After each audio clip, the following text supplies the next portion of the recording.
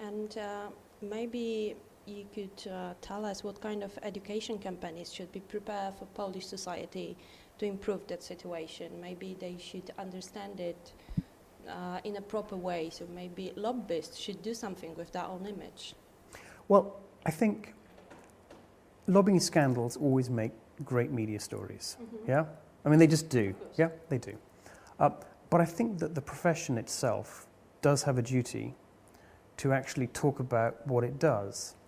And I think that one of the other things that I'm totally convinced of is that if lobbyists are transparent about what they do, not just in terms of what are the sorts of things that lobbyists do, but always when they are in contact with politicians, officials, media, whoever it is, whatever the stakeholder, they're always transparent about their interests and who's funding them, then it's much more accepted.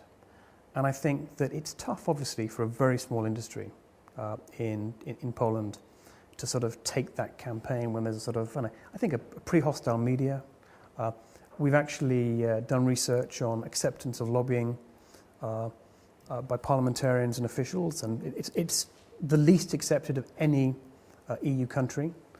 But, you know, it only takes a few good, successful lobbying campaigns for people to begin to see the other side of the story.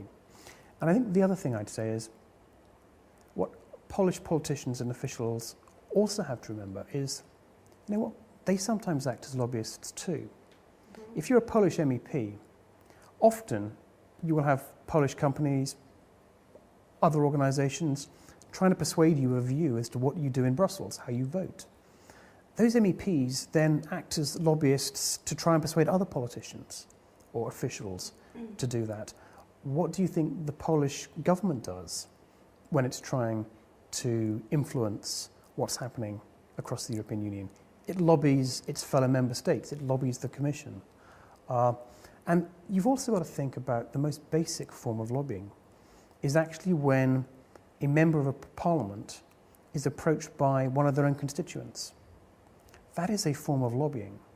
And so I think to just define lobbying in this very narrow view that it's just an industry or just consultancies like Burson Marsteller, it's the wrong way to look at it. Lobbying, journalists, media are lobbyists in many forms. If you look at national newspapers, most of them have a political perspective. Most of them have an opinion. And they often have editorials where they talk about government policy for good or bad. That's a form of lobbying.